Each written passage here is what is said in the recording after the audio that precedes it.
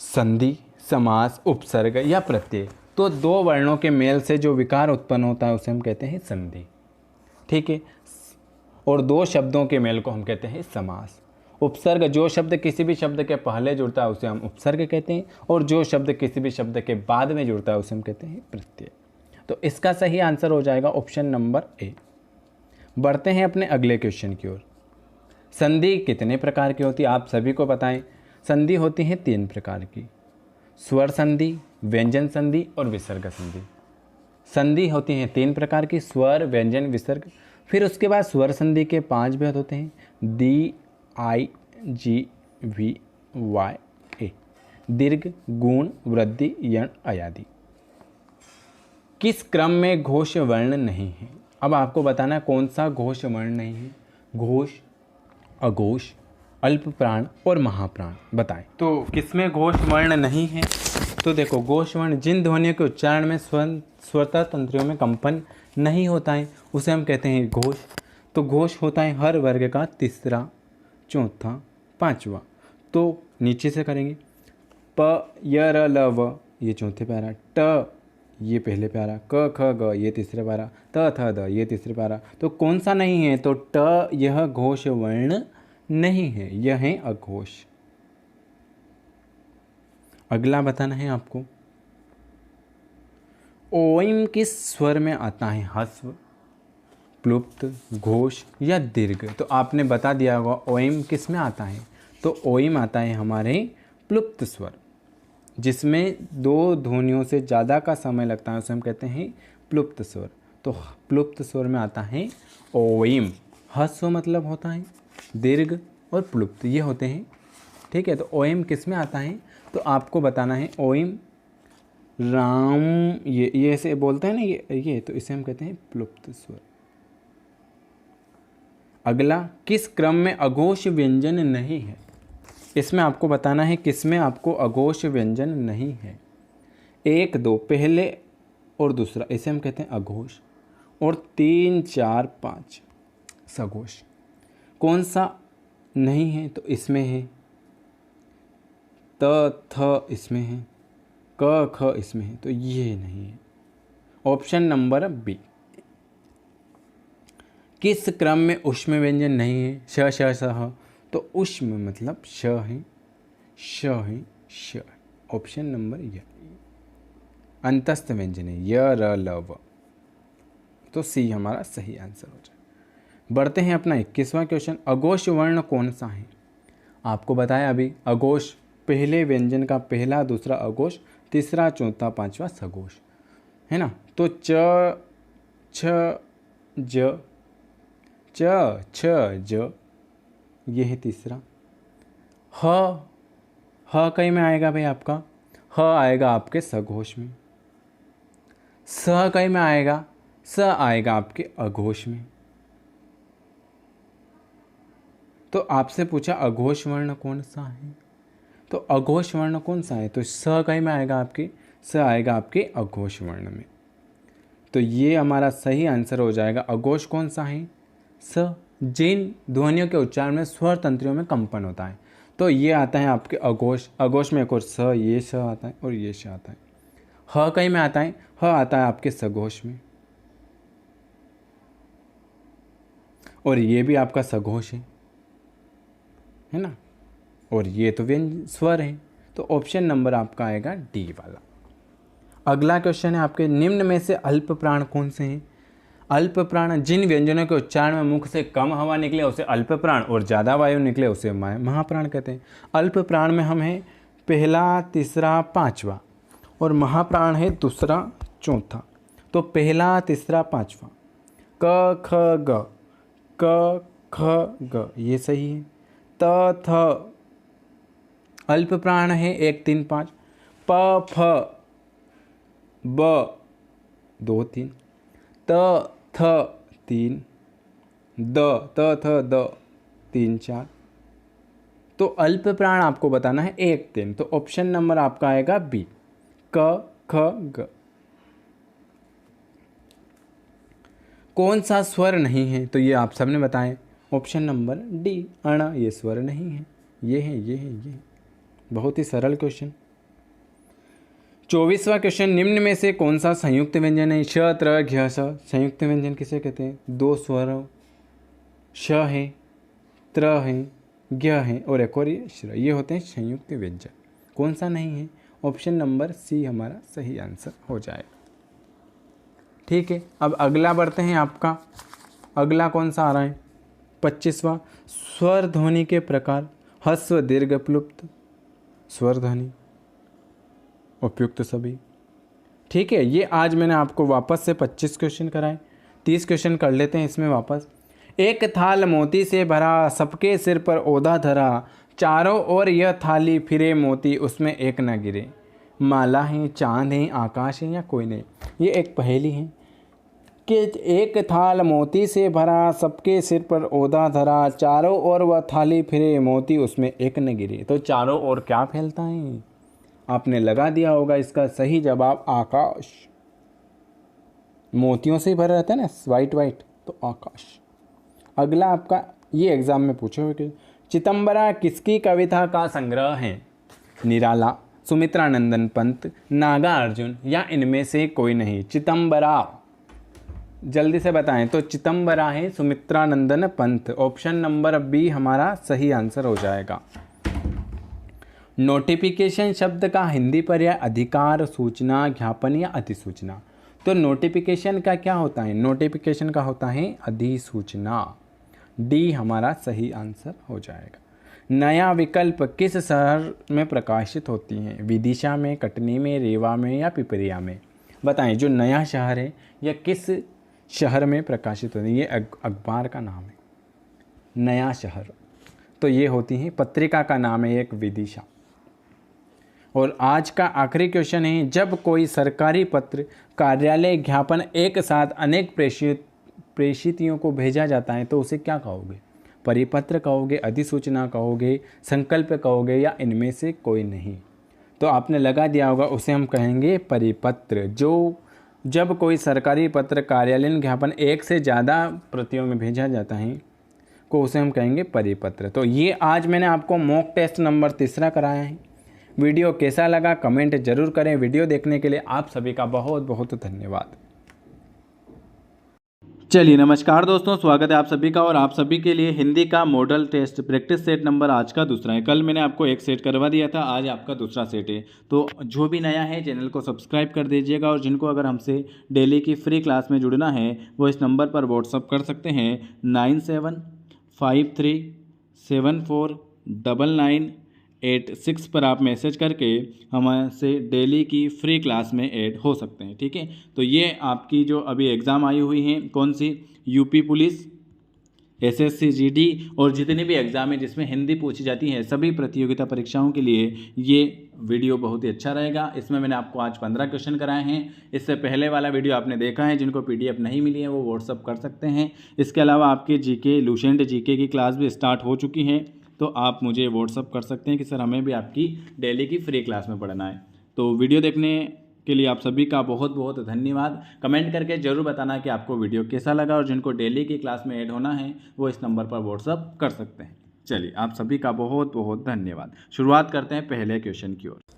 नमस्कार दोस्तों, स्वागत है आपका लेयर 3 एजुकेशन में। और आज ये आपका मॉक टेस्ट नंबर दूसरा है। कल मैंने आपको पहला कराया था जिसमें आपके 30 क्वेश्चन कराए थे। आज ये आपका मॉक टेस्ट नंबर दूसरा है, सामान्य हिंदी, जो आपकी सारे एग्ज़ाम ग्रुप 5, जेल प्रेरी, MPSI है ना, MP टेट, सभी एग्ज़ाम में हिंदी, सामान्य हिंदी पूछी जाती है। तो पहला क्वेश्चन आपके सामने, सधर्म के लिए सही संधि विच्छेद कौन सा होगा? सतधन धर्म, सदधन धर्म, सड़धन धर्म या सदतधन धर्म? तो देखो, एक तो ये नहीं हो सकता, एक ये नहीं हो सकता। अब है आपके सामने दो, सत या सद। तो ये है ऑप्शन नंबर पहला हमारा सही होगा, सतधन धर्म। सत धर्म का संधि विच्छेद होता है सतधन धर्म। और इसमें कौन सी संधि है? तो इसमें है व्यंजन संधि। कौन सी संधि है? व्यंजन संधि। ये त का क्या बना? त का बना ध, 1 का 3, 1 का 5। पहले का त थ द ध, त थ द और ध है ना, त का बना ध। तो ऑप्शन नंबर ए हमारा सही आंसर होगा। षडानंद के लिए सही संधि विच्छेद बताएं। 60 धन आनंद, 7 धन आनंद, 60 धन आनंद, और अगला है सट धन अनन। सड़ा नन का सही संधि विच्छेद क्या होगा? तो आपने लगा दिया होगा सट धन आनंद, ये वाला गलत हो जाएगा, सत गलत हो जाएगा, षट धन अनन गलत हो गया, षट धन आनन, षटानन। और इसमें कौन सी संधि है? तो इसमें फिर है व्यंजन संधि। ठीक है, बढ़ते हैं अगले क्वेश्चन की ओर। बंधु न होए मोर यह काला में कौन सा अलंकार है? विषयोक्ति अलंकार, अपनहुति अलंकार, भ्रांतिमान अलंकार या संदेह अलंकार? तो हमारा सही आंसर हो जाएगा ऑप्शन नंबर दूसरा, अपहनुति अलंकार। बंधु न होए मोर यह काला, इसमें कौन सा अलंकार है? Option number B. ये सब एग्जाम में पूछे हुए क्वेश्चन हैं सारे। ये लीजिए आपके सामने अगला, झंकृति का शुद्ध रूप कौन सा सही होगा? झंकृत, झंकृत, झंकृता, झंकृत। ये झंकृत, इसका सही शुद्ध रूप कौन सा होगा? जल्दी बताएं, जल्दी बताएं क्या होगा? तो झंकृत ये इस वाला शुद्ध होगा। ऑप्शन नंबर बी हमारा सही आंसर हो जाएगा। बढ़ते हैं अगले क्वेश्चन की ओर। अगला क्वेश्चन ये लीजिए। अच्छा ये बताएं आपके टिकाऊ, टिकाऊ कौन सा सही है? टिकाऊ, टिकाऊ, टिकाऊ या टिकाऊ? ये बड़ी की मात्रा है, ये छोटी की मात्रा है, इसमें ऊ है और इसमें बड़ा ऊ है। तो टिकाऊ में कौन सा सही होगा? और अगर आपको सारी एग्ज़ाम के लिए इसकी PDF चाहिए तो आप इस नंबर पर मैसेज कर सकते हैं 9753749986। जो नए हैं वो इस नंबर पर मैसेज करके ऐड हो सकते हैं हमारे ग्रुप में। अगला टिकाऊ, कौन सा टिकाऊ सही है? तो आपने लगा दिया होगा ऑप्शन नंबर दूसरा, टिकाऊ, ये वाला सही आंसर हो जाएगा। दूर के ढोल सुहावने, इस मुहावरे का अर्थ बताएं।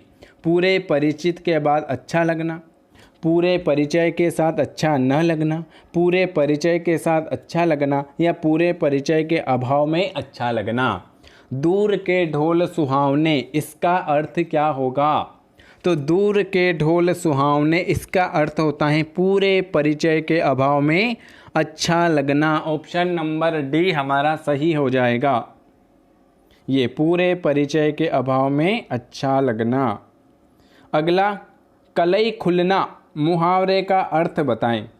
पॉलिश करना, पॉलिश उतरना, हराना, भेद प्रकट करना या विपत्ति में पड़ना। बताएं, कलई खुलना इसका अर्थ क्या होगा? तो कलई खुलना इसका अर्थ होता है भेद प्रकट करना। सी हमारा सही आंसर हो जाएगा। 8वां क्वेश्चन, उग्र का सही विलोम शांत, शांत, सात या शांत?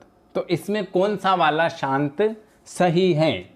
उग्र का आपको सही विलोम बताना है और इसमें बताना है कौन सा शांत वाला आपका सही हो जाएगा।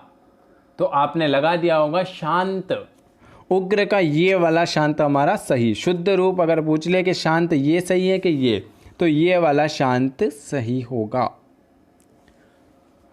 अगला 10वां क्वेश्चन, 9वां क्वेश्चन, उत्कर्ष का निम्न में से कौन सा सही विलोम है? अपकर्ष, अपकर्ष, अपकर्ष या अपकर्ष? तो आपने लगा दिया होगा बिल्कुल सही आंसर है अपकर्ष। उत्कर्ष का होता है अपकर्ष, ये वाला अपकर्ष सही है। 10वां क्वेश्चन, प्रतिदिन अवयवी भाव समाज, बहुब्रीहि समाज, कर्मधारय समाज या द्विगु समाज? अच्छा ये बताना है प्रतिदिन में कौन सा समाज है और समाज कितने प्रकार के होते हैं ये भी बताएं। तो समाज होते हैं 6 प्रकार के। कौन कौन से होते हैं? पहला होता है अवयवी भाव समास, दूसरा होता है तत्पुरुष समास, तीसरा होता है कर्मधारय समास, चौथा होता है द्विगु समास, पांचवा होता है द्वंद्व समास और छठा होता है बहुब्रीहि समास, है ना। और बहुब्रीहि समाज में क्या होता है? बहुब्रीहि समाज में होते हैं भगवान के नाम, कर्मधारय समाज में उपमान उपमेय, अवयवी भाव समाज में पहला पद अवयव, द्विगु समाज में और द्वंद्व समाज आपको बताना है। तो इसने पूछा प्रतिदिन में कौन सा समास है? तो प्रतिदिन मैंने आपको बताया था कहाँ पर भी प्रति लिखा हो जाए तो वहाँ होता है अवयवी भाव समास, जिसमें पहला पद अवयव हो या पहला पद छोटा हो। तो ऑप्शन नंबर ए हमारा सही आंसर हो जाएगा। अगला 11वां क्वेश्चन आपके सामने, देहलता में कौन सा समास है? बहुब्रीहि, कर्मधारय, तत्पुरुष या द्विगु। तो बहुब्रीहि समाज में क्या होता है? बहुब्रीहि समाज में होते हैं भगवान के नाम, कर्मधारय समाज में उपमान उपमेय, तत्पुरुष समाज में कारक विभक्ति। तो देहलता, देहलता में कौन सा समास है? तो इसका होता है देह रूपी लता, देह रूपी लता, देहलता में देह रूपी लता, इसमें है कर्मधारय समास। Option number B is correct answer. ये लीजिए, नीर उपसर्ग से बना शब्द कौन सा है? निंदा, निंदा पाई, निर्दय या निदय। तो उपसर्ग किसे कहते हैं? जो शब्द किसी भी शब्द के पहले जुड़ता है उसे हम कहते हैं उपसर्ग, और बाद में जुड़ता है उसे हम कहते हैं प्रत्यय। तो पहले नीर उपसर्ग में निंदा नहीं, निदा, निरायाई, निर्दय। तो ये गलत है, ये गलत है, ये गलत है। ऑप्शन नंबर हो जाएगा निर्दय, निर्दय, निर्धन दय, निर्दय। Option number C. अगला है आपको, हाथी न साथी न घोड़े न चेरे न गांव न ठाट को नाव बिले हैं, तात न मात न पित्र न पुत्र न वित्त न अंग के संग रहे हैं। इसमें कौन सा रस है? रौद्र, शांत, हास्य या भयानक। तो मैंने रस भी बताए थे। रस भरत मुनि ने रस कितने बताए हैं? भरत मुनि ने रस बताए हैं 8। कौन कौन से बताए हैं? श्रृंगार रस, हास्य रस, करुण रस, रौद्र रस, है ना। और कौन कौन से, आप एक बार कमेंट करना कौन कौन से रस हैं। तो इसमें कौन सा रस है? शांत है, क्रोध है, हास्य है, भयानक है। तो हाथी न साथी न घोड़े न चेरे, मतलब यह है शांत। शांत रस का स्थायी भाव क्या होता है? निर्वेद। ठीक है, शांत रस का स्थायी भाव होता है निर्वेद। भयानक का होता है भय, हास्य का होता है हास्य, और रौद्र का होता है क्रोध। 14वां क्वेश्चन आपके सामने, के बिनु पद चलई सुने बिनु काना, कर बिनु करम करई निधि नाना। विभावना अलंकार है, वक्रोक्ति अलंकार है, उत्प्रेक्षा अलंकार है या विषयोक्ति अलंकार है। बिनु पद सुने बिनु पद चले सुने बिनु काना, तो इसमें है विभावना अलंकार। कौन सा अलंकार है? विभावना अलंकार। चलिए नमस्कार दोस्तों, स्वागत है आप सभी का। और आज हम आपके लिए लेकर आए हैं यूपी पुलिस कांस्टेबल का ओल्ड पेपर। ठीक है, तो आज हम हिंदी का ओल्ड पेपर करेंगे। इसमें आपको बताना है कि आपके कितने नंबर आए और आपको वीडियो कैसा लगा। और जो भी हमसे डेली की फ्री क्लास में जुड़ना चाहते हैं वो इस नंबर पर व्हाट्सअप कर सकते हैं। और चैनल को ज़रूर सब्सक्राइब करके बेल आइकॉन प्रेस कर देना, जिससे आपको अच्छे अच्छे क्वेश्चन मिलते रहें। तो अगर वीडियो पसंद आता है तो आप इस नंबर पर व्हाट्सअप कर सकते हैं और ज़्यादा से ज़्यादा दोस्तों को शेयर कर सकते हैं। आज का वीडियो कैसा लगा कमेंट जरूर करें। और आपको डेली ये आज का प्रैक्टिस सेट नंबर 3 है, जिसमें मैंने आपको ओल्ड पेपर करवा रखे। जिन्होंने नहीं देखे वो चैनल पर जाकर देख सकते हैं। वीडियो देखने के लिए आप सभी का बहुत बहुत धन्यवाद। आज पूरा ओल्ड पेपर है यूपी पुलिस का। देखो, मैं आज आपको एक पुराना पेपर बताऊंगा। मैं आज आपके लिए एक पुराना पेपर लेकर आया हूं, तो अपन सोल्व करते हैं। हमारा पहला क्वेश्चन है, कहाँ से चालू होगा? पहला ये लीजिए, 31 से क्वेश्चन चालू होगा अपना। तुंग का पर्यायवाची शब्द क्या है?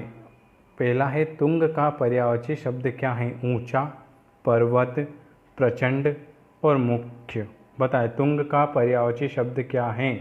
तो हमारा सही आंसर होगा ऑप्शन नंबर बी, पर्वत। तुंग का पर्यायवाची शब्द क्या है? पर्वत। अब इसके और पर्यायवाची शब्द बता देता हूँ मैं आपको। इसको एक कहते हैं पहाड़, गिरी, अचल, नग, महीधर।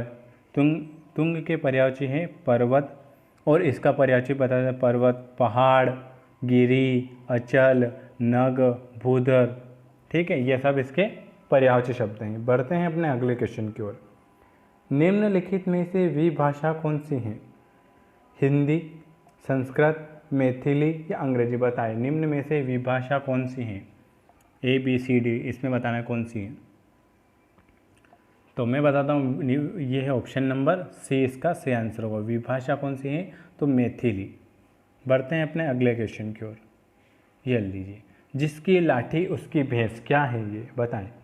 मुहावरा है, कहावत है, लोकोक्ति है, लोकोक्ति या कहावत है या लोकोक्ति, बताएं। जिसकी लाठी उसकी भैंस, क्या है ये? तो इसका सही आंसर का ऑप्शन नंबर बी, ये क्या है? कहावत है। जिसकी लाठी उसकी भैंस, क्या है ये है कहावत। अगला क्वेश्चन है, बताइए। मैंने आपको संधि के क्वेश्चन कराए थे, उसमें आपकी संधि अच्छी करा दी थी शॉर्ट ट्रिक से। बताएं, रमा प्लस इस, इसका बनता है रमेश, यह किस प्रकार की संधि है? गुण संधि, यण संधि, वृद्धि संधि या अयादि संधि, बताएं। रमा प्लस ईश में कौन सी संधि है? तो हमारा सही आंसर का ऑप्शन नंबर ए, गुण संधि। रमा धन ईश में कहीं कौन सी संधि है? तो गुण संधि है। इसमें रम, देखो रम आ प्लस ई, आ प्लस ई मिलके ए बन रहा है, तो कौन सी संधि है? गुण संधि। आ प्लस ई मिलके ए ओ या अर बने तो वो है गुण संधि। ठीक है। यण संधि में क्या क्या बताया था? यण संधि में बताए क्या क्या बताया था मैंने आपको? यण संधि में आधे अक्षर आएंगे, क्या आएंगे? यण संधि में क्या आएंगे? आधे अक्षर आएंगे। य व र के, य व और र, उसके आगे आधे अक्षर आए तो वहाँ होगी यण संधि। वृद्धि संधि में क्या बताया था? डबल मात्रा। ठीक है, ये है वृद्धि संधि। अयादि संधि में अय आय अव, अयादि संधि में क्या बताया था मैंने? अय आय अव आव, वो होगी अयादि संधि। वृद्धि संधि में डबल मात्रा, वृद्धि संधि में क्या बताया था? डबल मात्रा। यण संधि में य व र के आगे आधे अक्षर। और गुण संधि में क्या बताया था? ए ओ अर बने, तो ए बन रहा है रमा धन ईश, अ प्लस ई मिलके ए बन रहा है। तो इसका आंसर होगा ऑप्शन नंबर ए। ये बताइए, व्युत्पत्ति की दृष्टि से शब्द के कितने भेद होते हैं? 3, 4, 5 या 2, बताएं। व्युत्पत्ति की दृष्टि से शब्द के कितने भेद होते हैं? तो इसका आंसर होगा ऑप्शन नंबर ए, व्युत्पत्ति की दृष्टि से शब्द के 3 भेद होते हैं। कौन कौन से? एक तो रूढ़, एक यौगिक और एक योग रूढ़। ठीक है। व्युत्पत्ति की दृष्टि से शब्द के कितने भेद होते हैं? तो व्युत्पत्ति की दृष्टि से शब्द के 3 भेद होते हैं। कौन कौन से मैं आपको बता देता हूँ। एक तो बताएं, रूढ़, यौगिक और योग रूढ़। देखो आपसे क्या पूछा है? ये पूछा है व्युत्पत्ति के आधार पर पूछा है। तो व्युत्पत्ति के आधार पर शब्द के 3 भेद होते हैं। ठीक है, कौन से? रूढ़, योग रूढ़, है ना, और एक और यौगिक। और अगर आपसे पूछ लेंगे उत्पत्ति के आधार पर शब्द के भेद, अगर उत्पत्ति के आधार पर पूछ ले तो उत्पत्ति के आधार पर शब्द के 5 भेद होते हैं। कौन कौन से? ये व्युत्पत्ति इसलिए मैंने आपको 3 बताया, और अगर यहाँ पूछ ले व्युत्पत्ति की जगह उत्पत्ति तो वो होते हैं 5। कौन कौन से? तत्सम, तद्भव, देशज, विदेशज और संकर। अगर उत्पत्ति पूछ ले तो 5, और अगर व्युत्पत्ति पूछा है तो 3। अगला क्वेश्चन है, अर्थ के आधार पर वाक्य के कितने भेद होते हैं? 3, 5, 8 या 6, बताएं। अर्थ के आधार पर वाक्य के कितने भेद होते हैं? तो हमारा आंसर होगा ऑप्शन नंबर सी, अर्थ के आधार पर वाक्य के 8 भेद होते हैं। कौन कौन से? एक तो विधानवाचक, एक निषेधवाचक, एक आज्ञावाचक, एक प्रश्नवाचक, एक इच्छावाचक, संदेहवाचक, विस्मयवाचक और संकेतवाचक। ये होते हैं अर्थ के आधार पर वाक्य के 8 प्रकार। ठीक है, कौन कौन से एक बार मैं बता देता हूँ। विधानवाचक, निषेधवाचक, आज्ञावाचक, प्रश्नवाचक, इच्छावाचक, संदेहवाचक, विस्मयवाचक और संकेतवाचक। ये अर्थ के आधार पर वाक्य के 8 भेद होते हैं। ये तो सबने आंसर कर दिया होगा इसको। जो देखा नहीं जा सके वाक्य के लिए दृश्य, अदृश्य, पारदर्शी या अपारदर्शी, बताएं। जो देखा नहीं जा सके उसके लिए तो आपने लगा दिया होगा। जो देखा नहीं जा सके उसको बोलते हैं अदृश्य। ठीक है, ऑप्शन नंबर बी हमारा राइट आंसर होगा। और जो देखा जा सके उसको कहते हैं अपन दृश्य। वह वस्तु जिसके आर पार न देखा जा सके, वह वस्तु जिसके आर पार न देखा जा सके उसे कहते हैं पारदर्शी। और वह वस्तु जिसके आर पार देखा जा सके उसे क्या कहेंगे? अपारदर्शी। क्या क्या कह दिया मैंने? जो देखा नहीं जा सके उसे क्या कहेंगे? उसे कहेंगे अपन अदृश्य। तो हमारा आंसर होगा ऑप्शन नंबर बी। अगर आपसे पूछ ले दृश्य किसे कहते हैं, तो जो देखा जा सके उसे कहते हैं अपन दृश्य। और पारदर्शी वह वस्तु जिसके आर पार देखा जा सके उसे कहते हैं पारदर्शी, और वह वस्तु जिसके आर पार न देखा जा सके उसे हम कहते हैं अपारदर्शी। तो हमारा आंसर है ऑप्शन नंबर बी। मैंने तीनों आपको बता दिए हैं, ये भी आप नोट कर लेना। अगला क्वेश्चन है, बेल शब्द का पर्यायवाची शब्द बताएं। किहरी, वृषभ, पादप या अज। बताएं बेल शब्द का पर्यायवाची शब्द क्या होगा?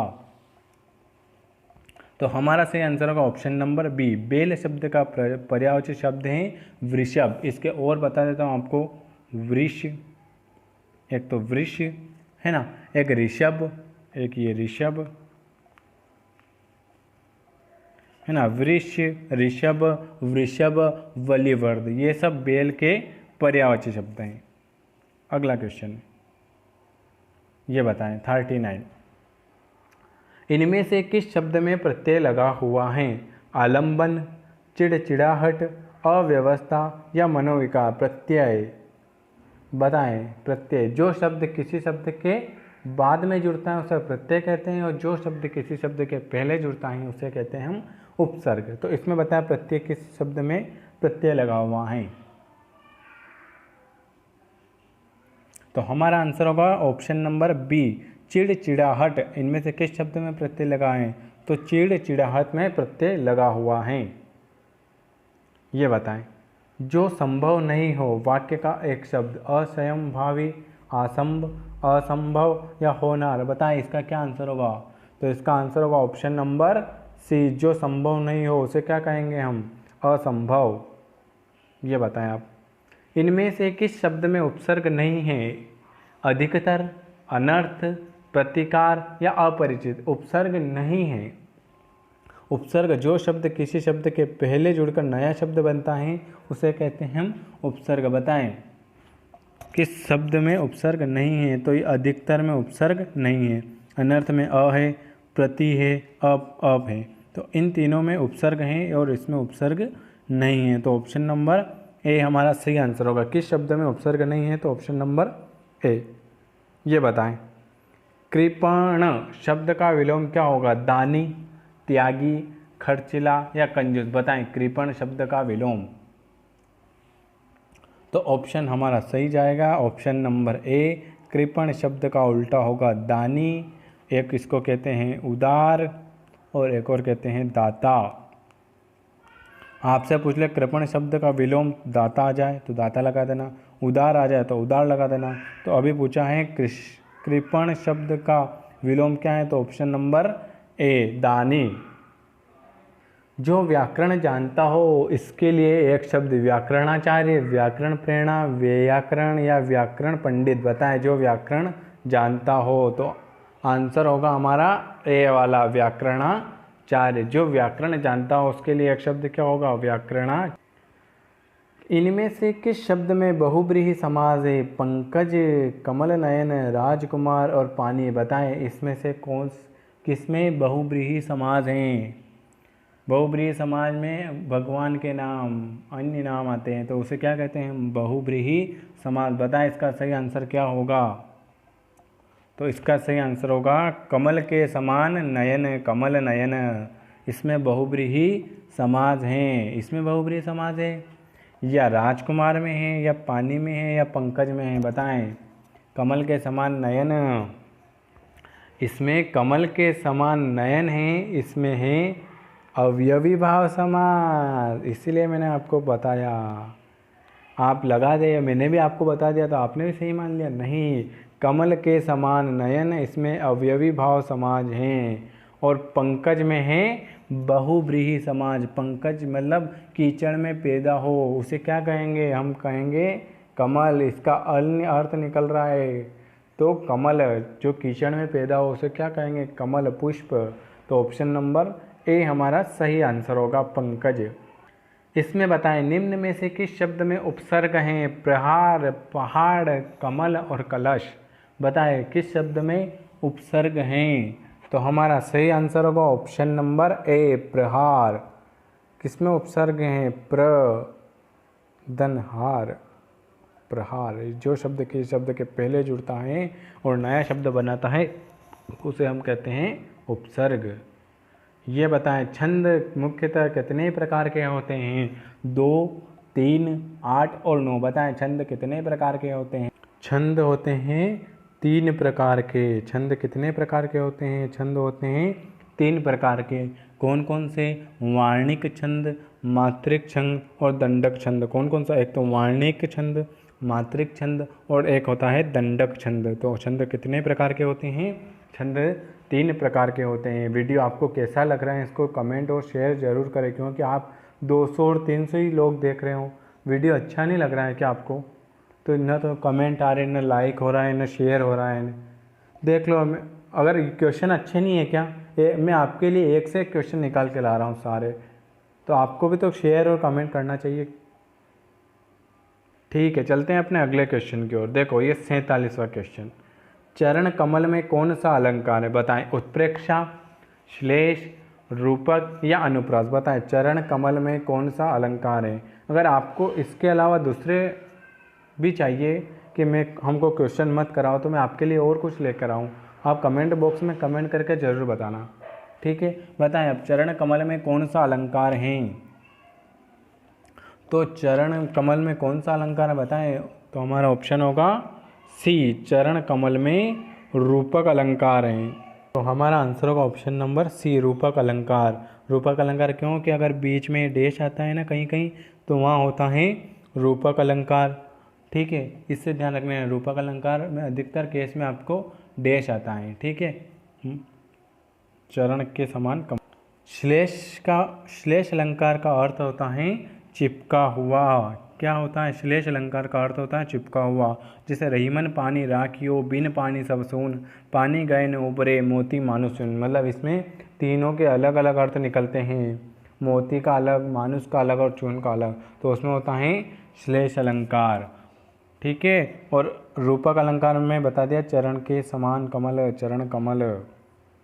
और देखो मैं आपको बता देता हूँ उत्प्रेक्षा अलंकार में क्या होता है, जिसकी उपमा दी जाए उपमेय और जिसमें की उपमा न दी जाए उसे उपमान कहते हैं। मतलब इसमें उत्प्रेक्षा अलंकार में अगर इसमें मनु, जनु, जानो, मनहु, जनहु जैसे संभावना व्यक्त हो ना, तो वहाँ आपको ना बिना देखे उत्प्रेक्षा अलंकार लगा देना। अगर कहीं भी आ जाए मनहु, जनहु, तो वहाँ उत्प्रेक्षा अलंकार लगा देना आप।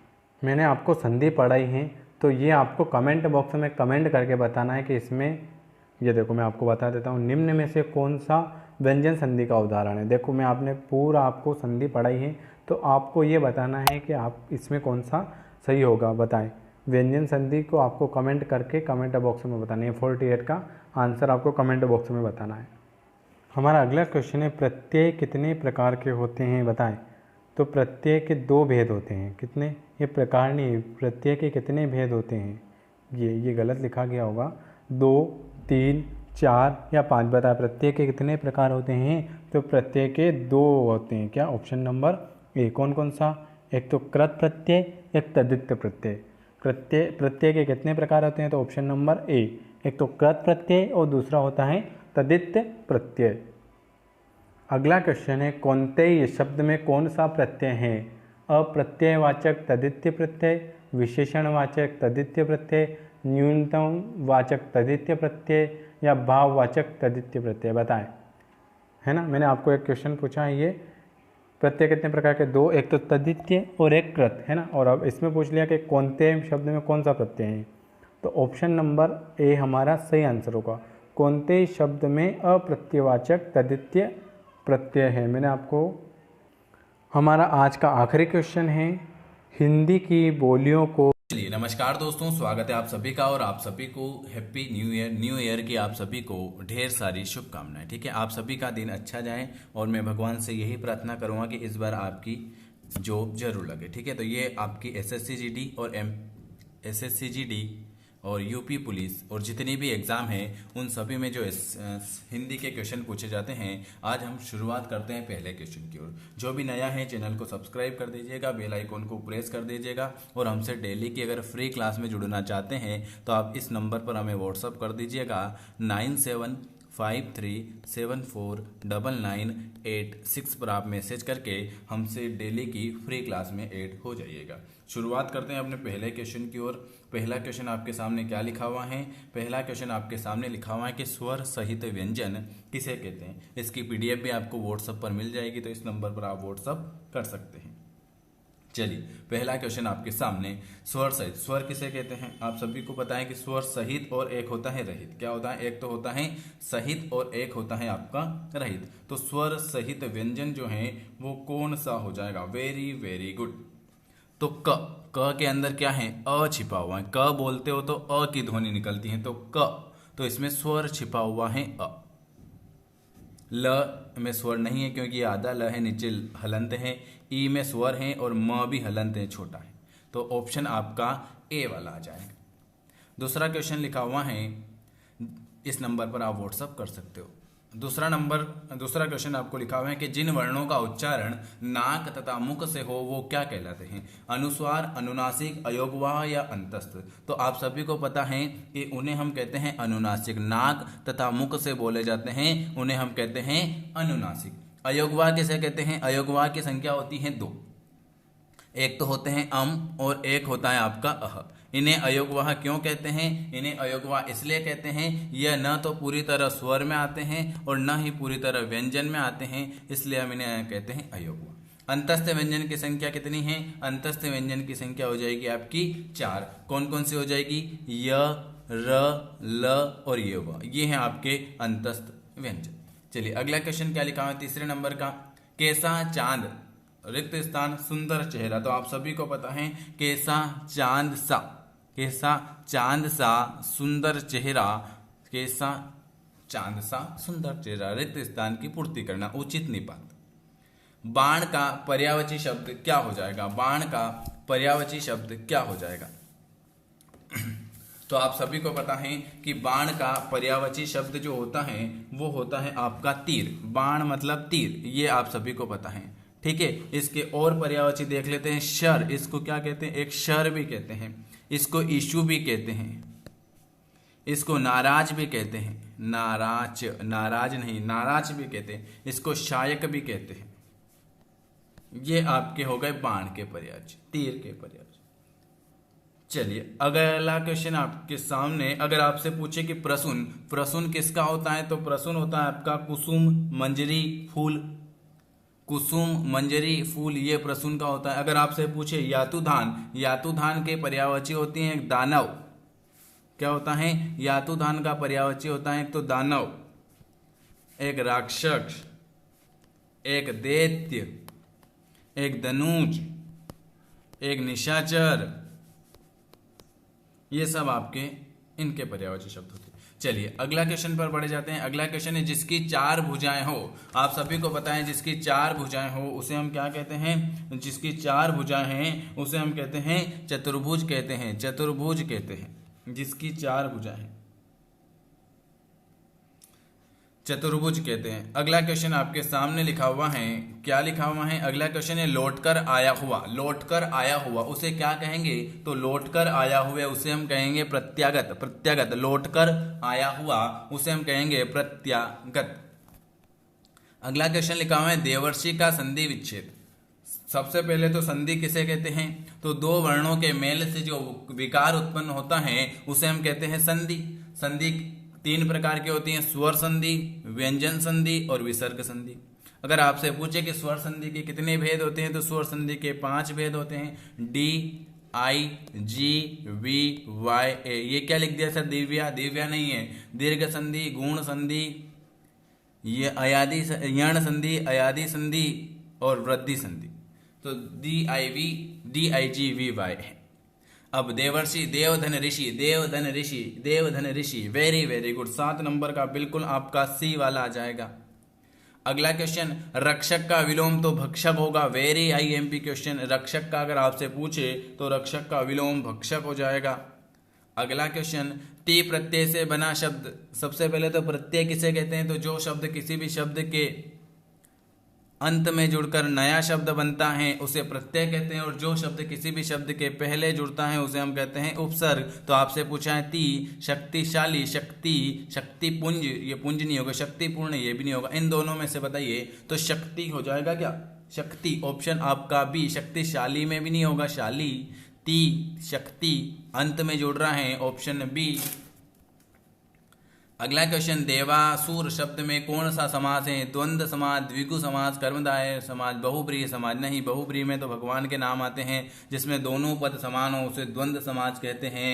देव और असुर, देव और असुर, देवासुर, देव और असुर, उसे हम क्या कहते हैं? उसे हम कहते हैं आपका द्वंद्व समास कहते हैं, द्वंद्व समास। द्विगु समास किसे कहते हैं? द्वंद्व समास, द्विगु जिसमें संख्या। चलिए अगला क्वेश्चन लिखा हुआ है, सिर से पैर तक। तो आदि से अंत, सिर से पैर, नीचे आदि, आदि नीचे से ऊपर, आदि से अंत तक। इस मुहावरे का अर्थ शासन। अगला क्वेश्चन लिखा हुआ है शासन, 12 नंबर का। शासन कौन सा सही है? आप अभी जो शासन है, अभी सरकार बनी है, कौन सा? शासन, शासन, ऑप्शन बी वाला सही हो जाएगा। चलिए अगला क्वेश्चन, बद उपसर्ग किस भाषा का है? उपसर्ग किसे कहते हैं? तो उपसर्ग अभी मैंने बताया, जो शब्द किसी शब्द के अंत में जुड़ता है उसे प्रत्यय, और पहले जुड़ता है उसे उपसर्ग।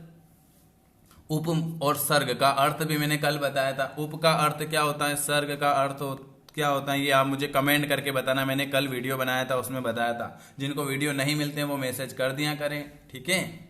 चलिए अगला क्वेश्चन, हाँ ये कौन से बद उपसर्ग कहाँ से लिया गया है भाई? ये बद उपसर्ग जो लिया गया है, वेरी वेरी IMP, ये आपके उर्दू फारसी से लिया गया है।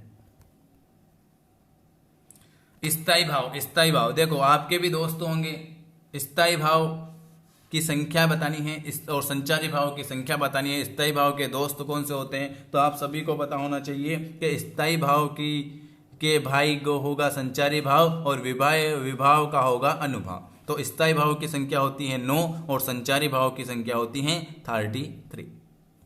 चलिए अगला क्वेश्चन क्या है? अगला क्वेश्चन आपके सामने लिखा हुआ है, अधलिखा। अधलिखा में प्रयुक्त उपसर्ग क्या होगा? अधलिखा में प्रयुक्त उपसर्ग क्या होगा? 15 नंबर का क्वेश्चन। अध, अध, अध हो जाएगा। अधलिखा में प्रयुक्त उपसर्ग हो जाएगा अध। पहले, उत्पत्ति के आधार पर शब्द के कितने भेद होते हैं? उत्पत्ति के आधार पर शब्द के 5 भेद होते हैं। अगर यहाँ पर 5 ऑप्शन नहीं आए तो 4 जरूर आएगा। 4 कौन से होते हैं? देशज, विदेशज, शंकर, देशज, विदेशज, शंकर, और कौन से होते हैं? देशज, विदेशज, शंकर, तत्सम और तद्भव। देखो अगर यहाँ पर 4 पूछे तो 1 तत्सम, तद्भव, देशज, विदेशज, ये 4 लगा देना। अगर 5 आ जाए तो ये शंकर भी इसमें ऐड हो जाएगा। अगर ऑप्शन में 4 आए तो आपको 4 लगाना है। अगर ऑप्शन में 4 नहीं दिखे तो 5 दिखेगा, लेकिन दोनों एक साथ नहीं दिखेंगे। कानून के विरुद्ध किया गया कार्य अपराध होगा क्या? कानून के विरुद्ध किया गया कार्य होगा गैर कानूनी। क्या हो जाएगा? गैर कानूनी। ऑप्शन आपका बी वाला आ जाएगा। समूह का पर्यायवाची शब्द बताइए। समूह का होता है वृंद, वृंद। समूह का पर्यायवाची शब्द होता है वृंद। जो पृथ्वी से संबंध हो, पृथ्वी, जो पृथ्वी से संबंध हो उसे हम कहते हैं पार्थिक। पार्थिक कहेंगे। जो पृथ्वी से संबंध हो उसे हम कहते हैं पार्थिक।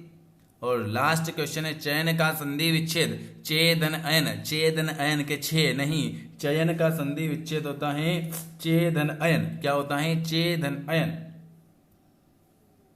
ये चेदन अन, चयन। ऑप्शन आपका डी वाला। ये मैंने आज आपको 20 क्वेश्चन कराए। कमेंट करके आप जरूर बताना कि आपके 20 में से कितने नंबर आए हैं, आपको वीडियो कैसा लगा। और अगर हमसे जुड़ना चाहते हैं तो आप इस नंबर पर मैसेज कर सकते हैं। यूपी पुलिस, SSC GD सभी एग्जाम के लिए ये हेल्पफुल होगी। आप सभी मेरे प्यारे भाई बहनों का वीडियो देखने के लिए बहुत बहुत धन्यवाद। और आप सभी का दिन शुभ रहे, और मैं भगवान से यही प्रार्थना करूंगा कि आप सभी की जल्दी से जल्दी 2024 में जॉब लग जाए और आपको पहली सैलरी मिल जाए।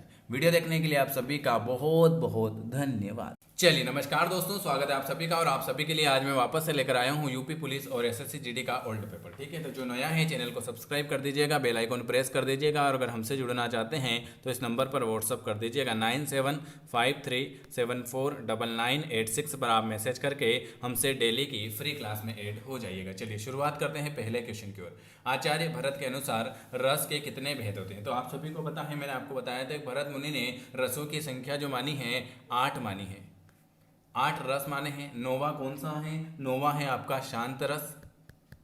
10वां कौन सा है? 10वां है आपका वात्सल्य रस, वात्सल्य। और 11वां है कौन सा? भक्ति रस। लेकिन भरत मुनि ने रसों के भेद जो माने हैं वो 8 प्रकार के माने।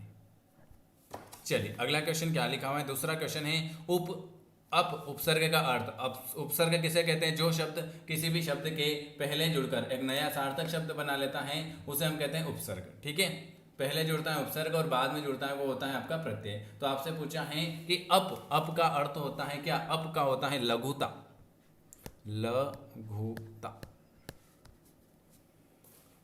चलिए अगला क्वेश्चन क्या लिखा है? तीसरे नंबर का क्वेश्चन, तत्सम शब्द का चयन कीजिए। तत्सम कौन सा है? नया, डंक, धर्म या धूर्त। तत्सम कौन सा है? धर्म, धर्म। चलिए अगला, कतरनी में प्रत्यय। जो शब्द किसी भी शब्द के अंत में जुड़ता है, अंत में जुड़कर नया शब्द बनाता है। कतरनी, अरनी, कतरनी, कतरनी, अनी या आई। बताइए, कतरनी, कतरनी, नी आ रहा है ना? कतरनी, कतरनी में कौन सा प्रत्यय है? नी प्रत्यय है। बी वाला आ जाएगा, ऑप्शन है न प्रत्यय। अगला क्वेश्चन है शवर्ण। आप सभी को पता है कि ये संयुक्त व्यंजन कितने होते हैं? संयुक्त व्यंजन होते हैं एक तो श, एक त्र, एक घ्य, एक श्र। ये 4 प्रकार के संयुक्त व्यंजन होते हैं। और ये किन किन से मिलकर बने होते हैं ये भी आपको बता रखा है। अगर आपसे पूछे कि यह श जो है यह किससे मिलकर बना है तो आप भी बता दो कि यह श जो है ये किससे मिलकर बना है। फिर आपसे पूछूंगा मैं कि ये त्र जो है ये किससे मिलकर बना है। तो आप सभी को पता है श जो है ये मिलकर बना है क प्लस स से। क्या ये श जो है ये आधा क और ये स, इससे मिलकर बना है आपका एक क्ष। अगर आपसे पूछे कि ये बताओ ये त्र किससे मिलकर बना है तो आपको बताना है कि त्र जो है ये आपके त प्लस र से मिलकर बना है त्र। अगर आपसे पूछे कि ये बताइए कि ये घ्य किससे मिलकर बना है तो ये घ्य जो मिलकर बना है ज प्लस ण, या ये ऑप्शन नहीं आएगा तो ग प्लस य आएगा। ठीक है, इन दोनों में से एक ऑप्शन आएगा। और श्र, एक और बता देता हूँ, चारों संयुक्त व्यंजन के बता देता हूँ। श्र जो मिलकर बना है वो श प्लस र से मिलकर बना है। ठीक है, चलिए अगला क्वेश्चन आपके सामने। एक वर्तनी शुद्ध है, मर्यादित। कौन सी आपकी मर्यादित सही हो जाएगी? मर्यादित, मर्यादित, मर्यादित में आपका हो जाएगा कौन सा? बिल्कुल सही, मर्यादित। ऑप्शन आपका डी वाला आ जाएगा। ये मर्यादित आपका बिल्कुल सही हो जाएगा, मर्यादित। चलिए अगला क्वेश्चन क्या लिखा हुआ है आपके सामने? 7वें नंबर का है, शुद्ध वाक्य का चयन करें। शुद्ध वाक्य का आपको चयन करें। उसे दंड पाने योग्य है, वह दंड लेने योग्य है, वह दंड के योग्य है, उसे दंड देने योग्य है। शुद्ध वाक्य, तो वह दंड देने योग्य है नहीं, वह दंड के योग्य है, वह दंड के योग्य, दंड देने के योग्य नहीं, वह दंड के योग्य है। ऑप्शन आपका सी वाला आ जाएगा।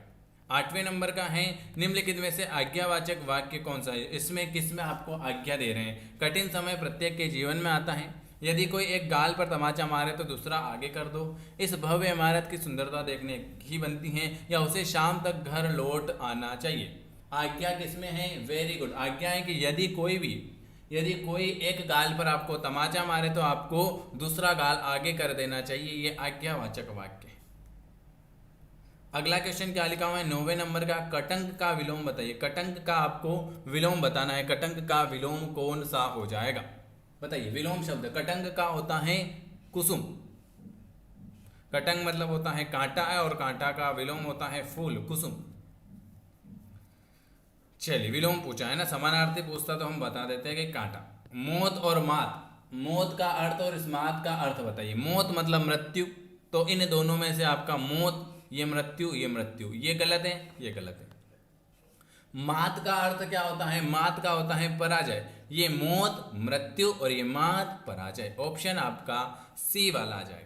चलिए अगला, ये क्वेश्चन सभी एग्जाम में पूछे हुए। संज्ञा, आप सभी को पता है कि संज्ञा किसे कहते हैं, तो आप सभी को पता है कि व्यक्ति, वस्तु, स्थान के नाम को हम क्या कहते हैं, उसे हम कहते हैं संज्ञा। संज्ञा आपसे पूछे कि कितने प्रकार की होती हैं, तो संज्ञा बताइए, आप बताइए कितने प्रकार की होती है। संज्ञा आपके 3 प्रकार की होती हैं, 4 प्रकार की होती है, 5 प्रकार की होती है, बताइए। वाह, बिल्कुल आपका सही जवाब है कि सर संज्ञा जो होती है वो कितने प्रकार की होगी। जल्दी बताओ, फिर मैं बताता हूँ आपको कि संज्ञा कितने प्रकार की होती है। संज्ञा तो आपको बताया कि संज्ञा होती है आपकी 5 प्रकार की। कितने प्रकार की? संज्ञा के 5 प्रकार के भेद होते हैं, लेकिन अब वो 3 ही हो गए। 5 कौन कौन से होंगे? 5 जो होंगे वो होंगे व्यक्तिवाचक संज्ञा, व्यक्तिवाचक संज्ञा, फिर जातिवाचक संज्ञा, फिर आपका भाववाचक संज्ञा, फिर आपका समूहवाचक संज्ञा, और फिर आपका द्रव्यवाचक संज्ञा। ये संज्ञा के कितने भेद होते हैं? संज्ञा के टोटल 5 भेद होते हैं। अगर 5 ऑप्शन में नहीं दे तो आपको 3 लगाना है। देखो यहां पर मैं आपको बता देता हूं संज्ञा के भेद। संज्ञा के भेद होते हैं आपके 5 प्रकार के, लेकिन अगर वो 5 की जगह अगर 3 दे दे तो 3 भी सही है। क्यों सही है वो मैं आपको बता देता हूं कि व्यक्तिवाचक संज्ञा, जातिवाचक में आपका कौन कौन से समूह आ जाएंगे? समूह और द्रव्य। जाति में आपका ये समूह और द्रव्यवाचक ये जाति में आ जाएंगे, और एक भाववाचक। ठीक है, तो 1 2 3, और अगर 5 आए तो 1 2 3 4 5। ठीक है, जैसा ऑप्शन दिखे वैसा लगाना। अगर ऑप्शन में ये दोनों आ जाए तो 5 लगाना है, ऑप्शन में अगर 5 नहीं आए तो 3 लगाना है। ठीक है, चलिए श्रेयकर की संधि, संधि बता, श्रेयकर की संधि क्या होगी? श्रेयकर की संधि जो हो जाएगी, श्रेयकर, श्रेयकर कौन सा श्रेयकर सही है? ऑप्शन आपका सी वाला आ जाएगा, श्रेयस्कर। जिस सामाजिक पद का पूर्व पद अव्यय हो वो कौन सा समाज है? पहला पद अव्यय हो, अवयवी भाव समाज। मैंने कहा था कि जिसका पहला पद अव्यय हो वो अवयवी भाव समाज होता है। बहुब्रीहि समाज में क्या होता है? जिसमें भगवान नाम आ जाए वो बहुब्रीहि समाज होता है। तत्पुरुष समाज में क्या होता है? तत्पुरुष समाज में आपका कारक विभक्ति आएगी। ठीक है, और कर्मधारय समाज में उपमेय और उपमान आएगा। ये मैंने आपको बता रखा है सब कुछ। ठीक है, जो पूछे उसका जवाब देना है। काव्य को पढ़ते या सुनते समय जो आनंद, आनंद किस में आता है? रस, रस में आता है आपको आनंद। मैंने आपको बताया था कि कविता, कहानी, उपन्यास आदि को पढ़ते या सुनते समय श्रोताओं को जिस आनंद की अनुभूति होती है उसे हम रस कहते हैं। विनिश्चित में उपसर्ग है, विनिश्चित, विनिश्चित में कौन सा उपसर्ग है? उपसर्ग पहले जुड़ता है तो पहले में वी आएगा। विन, विनी, इन नहीं आएगा, वी आएगा, विनिश्चित। तत्सम तद्भव में कौन सा विकल्प गलत है? तत्सम और तद्भव में आपका कौन सा विकल्प गलत है? गधा गर्दभ, गहरा का उथला, गांव का ग्राम, जो का यव, तो गहरा का उथला है तो उल्टा हो गया गहरा का। गधा का गर्दभ, गांव का ग्राम, जो का यव, गधा का उल्टा, ये आपका गलत है। कृदंत प्रत्यय, देखो प्रत्यय कितने प्रकार के होते हैं? प्रत्यय आपके 2 प्रकार के होते हैं, एक होता है तदित प्रत्यय, एक होता है कृदंत प्रत्यय। तो कृदंत प्रत्यय किन शब्दों के साथ जुड़ता है? संज्ञा, सर्वनाम, क्रिया या इनमें से कोई नहीं। तो कृदंत मतलब क्रिया के साथ जुड़ता है आपका कृदंत प्रत्यय। क्रिया के साथ आपका कृदंत प्रत्यय जुड़ेगा। ड और ड कौन से वर्ण हैं? वर्णमाला में बताएं कि विकसित वर्ण है। ये कौन से? ड और ड जो हैं ये आपके विजाति नहीं है, सजाति नहीं, ये विकसित हुए हैं वर्ण हैं। Very good. चलिए अगला क्वेश्चन पर आ जाते हैं हम। अगला क्वेश्चन आपके सामने क्या लिखा हुआ है?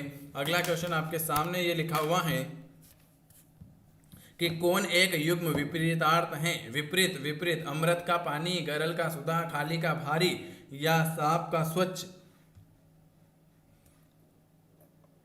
गरल का सुधा ये आपका विपरीत हो जाएगा। और लास्ट 20वां क्वेश्चन है कि शब्द युग्म के विकल्पों में से कोई एक सही नहीं है।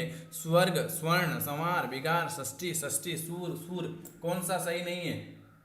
सवार, विगार, ये बिल्कुल। सवर्ग का सवर्ण होता है, षष्ठी का षष्ठी, सूर का सूर, ये आपका गलत है।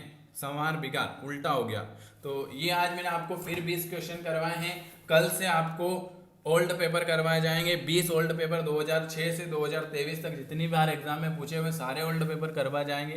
तो जो नया है चैनल को सब्सक्राइब कर दीजिएगा, बेल आइकॉन को प्रेस कर दीजिएगा, और अगर हमसे जुड़ना चाहते हैं तो इस नंबर पर व्हाट्सअप कर दीजिएगा कि सर हमें भी आपकी फ्री क्लास में जुड़ना है।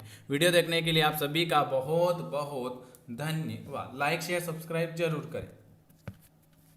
दोस्तों स्वागत है आप सभी का, और आप सभी के लिए आज मैं लेकर आया हूं उत्तर प्रदेश पुलिस का एक ओल्ड पेपर, जिसमें हम करेंगे 37 क्वेश्चन। इसमें से आपको सारे क्वेश्चन सही होने चाहिए, एक क्वेश्चन के आपको 2 नंबर मिलते हैं, तो आपके 37 में से 37 क्वेश्चन ही सही होने चाहिए, क्योंकि ये अभी जस्ट जो 2020 में जो एग्ज़ाम हुई थी उसका पेपर लेकर आया हूँ। तो शुरुआत करते हैं पहले क्वेश्चन की ओर। इससे पहले मैं आपको बता देता हूं कि जो नया है चैनल को जरूर सब्सक्राइब करें, बेल आइकॉन जरूर प्रेस करें। आपको डेली इसी तरह से हिंदी की क्लास भी मिल रही है, जीके की क्लास भी मिल रही है, और 2006 से 2020 तक के सारे ओल्ड पेपर की क्लास भी मिल रही है। जिनको नहीं मिलती है PDF या क्लास, वो इस नंबर पर व्हाट्सअप कर सकते हैं 9753749986। ठीक है, चलिए शुरुआत करते हैं, और आपको कमेंट करके जरूर बताना है कि आपके कितने सही हुए हैं। चलिए, हिंदी का मॉडल टेस्ट 1 है, और फ्री ये PDF भी आपको मिल जाएगी, ये आपको इसी तरह से क्वेश्चन मिल लेंगे। ठीक है, चलिए पहला क्वेश्चन है कि अवयव किसे कहते हैं? निम्नलिखित में से अवयव कौन है? प्राचीन, मोटा, गरीब या और? तो आप सभी को पहले तो ये पता होना चाहिए कि अवयव किसे कहते हैं।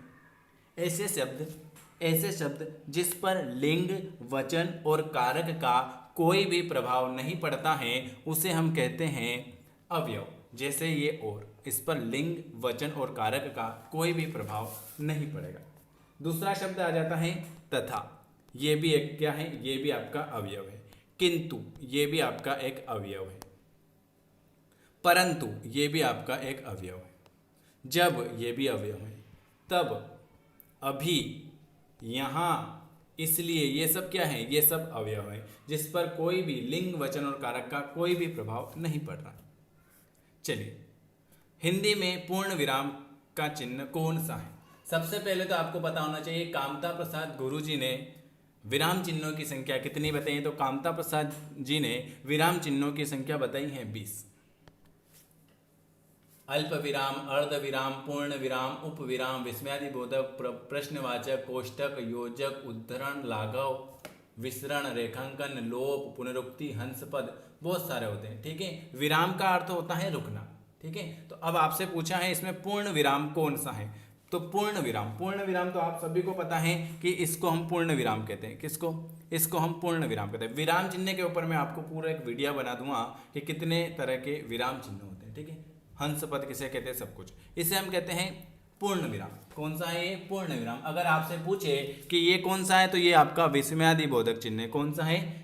ये आपका विस्मयादिबोधक चिन्ह है। अगर आपसे पूछे कि अर्ध विराम कौन सा है, तो ये आपका, ये यहाँ पर थोड़ा सा डैश ये कट गया है, ये देखो, ये डैश और ये, इसे हम कहते हैं अर्ध विराम। और ये कौन सा है? ये आपका है प्रश्नवाचक। ये चारों बता दिए। अगला क्वेश्चन है दूध का धुला होना। दूध का धुला होना, इस मुहावरे का अर्थ बताइए। दूध का धुला होना, इस मुहावरे का अर्थ क्या हो जाएगा? तो इस मुहावरे का अर्थ हो जाएगा निर्दोष होना। रमेश क्या है? रमेश दूध का धुला हुआ है, मतलब रमेश एक निर्दोष आदमी। जिसकी लाठी उसकी भैंस, इस लोकोक्ति का सही अर्थ बताइए। जिसकी लाठी उसकी भैंस, इस लोकोक्ति का आपको सही अर्थ बताना है। तो जिसकी लाठी उसकी भैंस मतलब अपना काम स्वयं करना। शक्ति संपन्न आदमी अपना काम बना लेता है।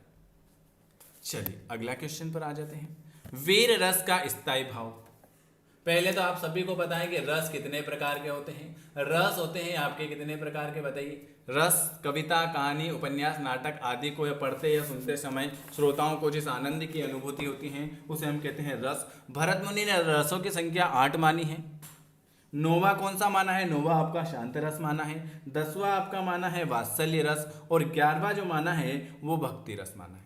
अब आपको स्थायी भाव की संख्या, पहले तो स्थायी भाव, क्रोध रस का स्थायी भाव क्या हो जाएगा बताइए। मैं बताऊं, वीर रस का आपसे पूछा है, वीर का जो आपको लगाना है उत्साह। अगर मैं आपसे पूछ लूं कि क्रोध ये किसका है, तो रौद्र रस का स्थायी भाव क्या हो जाएगा? रौद्र का स्थायी भाव होता है क्रोध। ठीक है, और अगर आपसे पूछूं कि भय ये किसका है, भयानक रस का स्थायी भाव क्या हो जाएगा, भयानक रस का स्थायी भाव भय हो जाएगा। और अद्भुत रस का स्थायी भाव क्या हो जाएगा, विस्मय हो जाएगा। चलिए अगला क्वेश्चन, दोहा के प्रथम चरण में कितनी मात्राएं होती हैं? Very good. दोहा, दोहा क्या है, ये अर्ध सममात्रिक छंद है। क्या है, दोहा जो है ये अर्ध सममात्रिक छंद है, जिसके पहले और तीसरे चरण में कितनी मात्राएं होती हैं? पहले और तीसरे चरण में 13 मात्राएं होती हैं और दूसरे और चौथे चरण में 11 मात्राएं होती हैं। आपसे क्या पूछा है, पहला चरण, ये आपको पहला तो क्या लगाना है 13, दोहे के दूसरे, पहला और तीसरे 13 मात्रा। अगर आपसे पूछे कि दोहे के पहले और तीसरे चरण में कितनी मात्राएं होती हैं 13, दूसरे और चौथे में कितनी होती हैं 11, तो आपसे पूछा है पहला चरण, तो आपको ऑप्शन सी वाला बिल्कुल सही हो जाएगा। कौन सा शब्दालंकार है? शब्दालंकार, जहां पर काव्य के सौंदर्य में शब्दों के माध्यम से वृद्धि की जाती है वहां पर शब्दालंकार होता है। शब्दालंकार के कितने भेद होते हैं? अनुप्रास अलंकार, यमक अलंकार, श्लेष अलंकार और वक्रांति अलंकार। ये शब्दालंकार के 4 भेद होते हैं। शब्दालंकार के 4 भेद होते हैं, अनुप्रास, यमक, श्लेष और वक्रांति। तो कौन सा शब्दालंकार है? तो आपका यमक।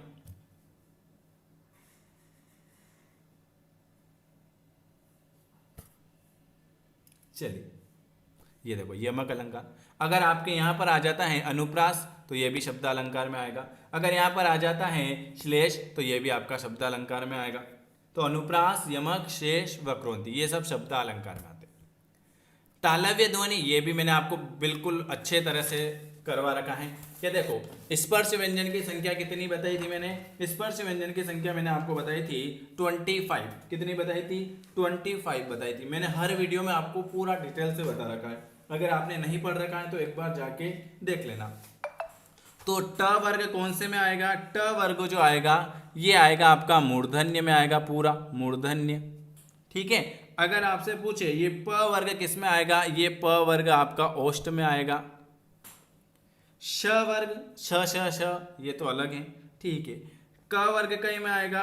क वर्ग आपका कंठ में आएगा। ठीक है। और श वर्ग आपके कई में आएगा भाई? वेरी गुड, श और ह ये आपके त में आ जाएगा क्या? वेरी वेरी गुड, बिल्कुल 46 नंबर का आपका सी वाला आ जाएगा। जिन ध्वनियों के उच्चारण में जीवा का मध्य भाग तालु से स्पर्श करता है उन्हें तालव्य ध्वनि कहते हैं। जैसे तालव्य ध्वनि में कौन कौन से आते हैं? एक तो च वर्ग पूरा, च, छ, ज, झ, अन्य, ये आपके तालव्य व्यंजन है। ठीक है। ये 5 आपके च, छ, ज, झ, न।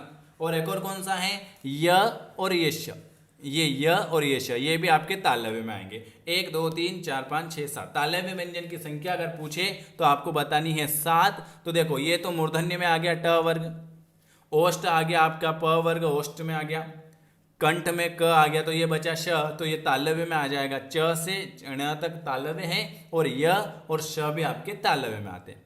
कौन सा वर्ण अघोष है? अघोष वर्ण आपका कौन सा है? हर व्यंजन वर्ग का, क्या बताया था मैंने? हर व्यंजन वर्ग का पहला, तीसरा और पांचवा अल्प प्राण में बताया था। अघोष और सघोष, अघोष वर्ण में बताया था हर व्यंजन वर्ग का तीसरा, चौथा और पांचवा, ये कहलाएंगे आपके घोष, अघोष। और एक सघोष, पहला और दूसरा। हर व्यंजन वर्ग का पहला, दूसरा जो कहलाएगा अघोष कहलाएगा। पहला, दूसरा जो आपका कहलाएगा अघोष कहलाएगा। तीसरा, चौथा, पांचवा सघोष कहलाएगा। तो कौन सा वर्ण अघोष है? तो ये क के बाद क, ख और ग ये तीसरे नंबर पर है। क, ख, ग और घ ये चौथे नंबर पर है। च, छ, ज तीसरे नंबर पर आ जाए। तो आपके घोष में है पहला, तो ऑप्शन आपका ए वाला आ जाएगा। हर व्यंजन वर्ग का पहला और दूसरा, पहला और दूसरा है अघोष और तीसरा, चौथा और पांचवा सघोष। तो आपसे अघोष पूछा है तो आपको लगा देना है ए वाला आपका बिल्कुल सही हो जाएगा। कौन सा शब्द स्त्रीलिंग है? स्त्रीलिंग बताओ भाई, कौन सा शब्द आपका स्त्रीलिंग आ जाएगा? 48 नंबर का रचना। रचना स्त्रीलिंग शब्द है, जबकि अन्य जो हैं ये पुल्लिंग शब्द है, उपहार, ग्रंथ और मस्त। अगला क्वेश्चन है, कौन सा शब्द पुल्लिंग है? इच्छा, राष्ट्र, रक्षा या योग्यता? तो राष्ट्र जो है ये पुल्लिंग शब्द है। राष्ट्र क्या है? ये पुल्लिंग शब्द है, जबकि इच्छा, रक्षा और योग्यता ये स्त्रीलिंग शब्द है। किस शब्द का प्रयोग सदा बहुवचन में होता है? किस शब्द का प्रयोग सदा बहुवचन में होगा? 50 नंबर का लड़का, घोड़ा, प्राण या वधु? बहुवचन में देखो, प्राण, प्राण ये बहुवचन है, वायु ये बहुवचन है, जल और आकाश ये सब बहुवचन है। लड़का, घोड़ा है ना, लड़का, घोड़ा, वधु ये सब क्या आएंगे? लड़का का अगर बहुवचन बनाते हैं, लड़का का अगर आप बहुवचन बनाते हो तो क्या बनेगा? लड़कों। लड़का का बहुवचन लड़कों, घोड़ा का घोड़ों, वधु का वधु। तो आपका जो पूछा हुआ है कि कौन बहुवचन में आता है, तो प्राण हमेशा हमेशा प्राणों तो नहीं होगा, प्राण हमेशा बहुवचन होता है। लीजिए, ने किस प्रकार का चिन्ह है? ने किस प्रकार का चिन्ह है? 51 कारक विभक्ति है, कर्ता ने, कर्ता ने, कर्ता ने कर्म को करण से संप्रदान के लिए। तो आपसे क्या पूछा है? कर्ता ने, ऑप्शन ए वाला आ जाएगा। कर्म पूछे तो को लगा देना, करण पूछे तो से, और कर संप्रदान के लिए। निम्न में से सर्वनाम है। सर्वनाम संज्ञा के स्थान पर प्रयुक्त होने वाले शब्द को हम सर्वनाम कहते हैं। सर्वनाम का अर्थ होता है सबका नाम, जो शब्द संज्ञा के नामों की जगह प्रयुक्त होता है, जैसे आप, मैं, तुम, वह और कौन। तो ये सब आपका आप, तो ऑप्शन आपका बी वाला आ जाए। विशेषण लंबाई, बुढ़ापा, समझ या शांत। 53 नंबर का बुढ़ापा, जिस शब्द में संज्ञा और सर्वनाम की विशेषता गुण, दोष, रंग, आकार के आधार पर होती हैं उसे विशेषण कहते हैं। तो बुढ़ापा। प्रेरणार्थ क्रिया कौन सी है? प्रेरणार्थ बोलना। बोलना क्या है? ये प्रेरणार्थ क्रिया है, ठीक है। और बुढ़ापा ये लीजिए। अगला क्वेश्चन देखो, अगर वीडियो आपको पसंद आता है तो आपसे निवेदन है कि चैनल को जरूर सब्सक्राइब करें और अपने सभी दोस्तों को जरूर शेयर करें, ठीक है, क्योंकि हम आपके लिए थोड़ी मेहनत करते हैं, तो आपको भी चाहिए कि आप थोड़ा सा लाइक, शेयर, सब्सक्राइब करें। और अगर किसी को जुड़ना है तो इस नंबर पर व्हाट्सअप कर सकते हैं 9753749986। ये पूरा का पूरा आपके 2020 में पूछा हुआ पेपर है। प्रेरणार्थ क्रिया कौन सी हो जाएगी भाई? 54 का बोलना। लड़के ने पुस्तक पढ़ी। लड़के ने पुस्तक पढ़ी, कौन सा काल है भाई? ये 55। लड़के ने पुस्तक पढ़ी, ये वर्तमान संदिग्ध वर्तमान काल है, ये वर्तमान है, भी पुस्तक पढ़ी जस्ट। तद्भव शब्द कौन सा हो जाएगा? तद्भव शब्द अचरज। अचरज क्या है? अचरज एक तद्भव शब्द है, इसका तत्सम क्या होता है? अचरज क्या है? तत्सम है। और इसका तद्भव पूछे तो आश्चर्य हो जाएगा। सॉरी, तद्भव शब्द जो है अचरज, और अगर इसका तत्सम पूछे तो आश्चर्य हो जाएगा। तद्भव शब्द का अर्थ होता है संस्कृत शब्द के ऐसे परिवर्तित होकर बनाया गया। और अंधकार, अंगरक्षक और आशा ये तत्सम शब्द हैं। शांत शीत का विलोम क्या हो जाएगा? शीत का विलोम क्या हो जाएगा? तो शीत का विलोम जो हो जाएगा वो उष्ण हो जाएगा। शीत का विलोम जो हो जाएगा वो उष्ण हो जाएगा।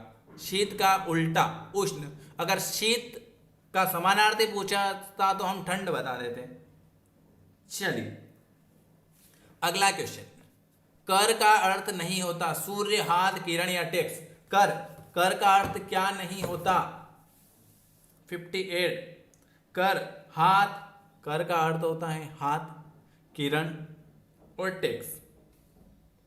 ये कर के समानार्थी है, हाथ, टैक्स, किरण। सूर्य नहीं है, सूर्य नहीं। सूर्य का रवि, दिनकर, भानुभास्कर।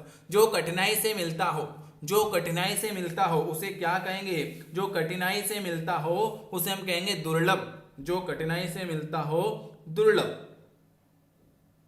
दुर्लभ अगर आपसे पूछे कि दुर्गम जहां पहुंचना कठिन हो, जहां पहुंचना कठिन हो वो कहलाएगा आपका दुर्गम, और जो कठिनाई से मिलता हो वो आपका दुर्लभ कहलाएगा।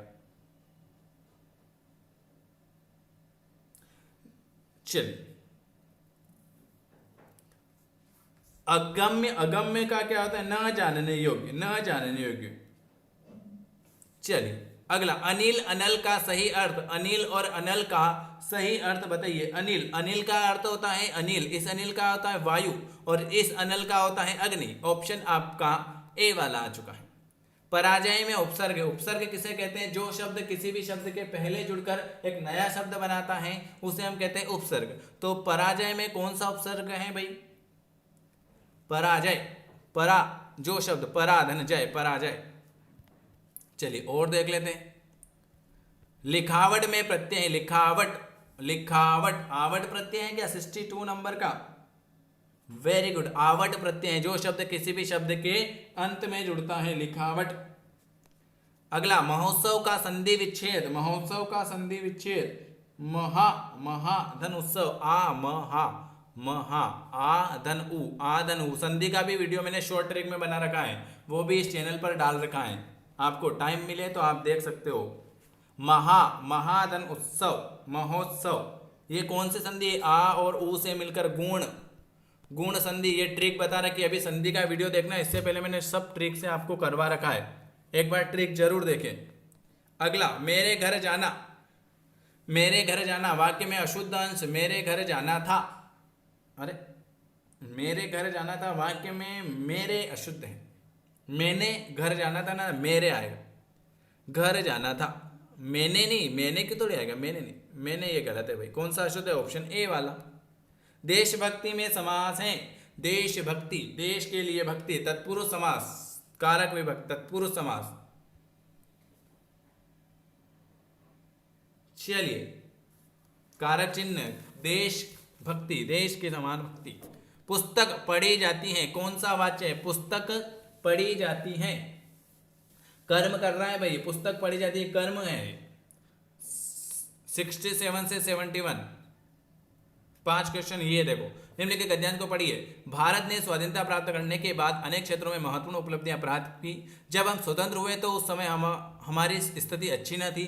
सरकारी प्रयासों से काफ़ी सुधार हुआ, परंतु अभी भी एक क्षेत्र ऐसा है जिसमें हम अभी तक कुछ विशेष नहीं कर पाए, वह क्षेत्र है खेलों का। इससे बड़ी विडंबना और क्या हो सकती है कि वर्षों से हम ओलंपिक में कोई स्वर्ण पदक नहीं जीत पाए। दुनिया के छोटे छोटे अविकसित निर्भर राष्ट्रों के प्रतिभागी भी खेल कूद के क्षेत्र में हमसे आगे निकल गए। कभी हॉकी का विषय चैंपियन रहने वाला भारत आज इस खेल से अपनी प्रतिष्ठिता को खो चुका है। खेलों में गिरते स्तर के लिए कौन जिम्मेदार है? एक और सरकार की उदासीनता, दोषपूर्ण सरकारी नीतियां, तो दूसरी ओर विभिन्न खेल संघों की गुटबाजी। खिलाड़ियों के लिए सुविधाओं और प्रशिक्षण का सर्वथा अभाव या कुछ और प्रतियोगिताओं में भाग लेकर खाली हाथ लौटने पर सभी एक दूसरे को दोषी बताते हैं। कारण चाहे जो भी हो, इतना तय है कि खेलकूद को राष्ट्रीय सम्मान का पर्याप्त नहीं मानते हैं। अभाव प्रतियोगिताओं का नहीं, अभाव है तो लग्न का, प्रोत्साहन का, संकल्प का और मुंह तोड़ जवाब देने वाले जीवन का। इसमें क्या क्या क्वेश्चन है ये देख लेते हैं। गद्यांश का उपयुक्त शीर्षक क्या है? तो आपने पढ़ा है कि इसका है खेलों का गिरता स्तर, है ना, खेल का गिरता स्तर, खेलों के बारे में बता रखा है। चलिए अगला क्या लिखा हुआ है? खेलों के गिरते स्तर का कारण है दोषपूर्ण नीतियां, संघ की गुटबाजी, सुविधाओं का अभाव या खेलों के लिए राष्ट्रीय, खेलों के लिए राष्ट्रीय स्तर। ये यहाँ देखो, खेलों के लिए राष्ट्रीय स्तर, इसको पढ़े ना यहाँ पर आपने,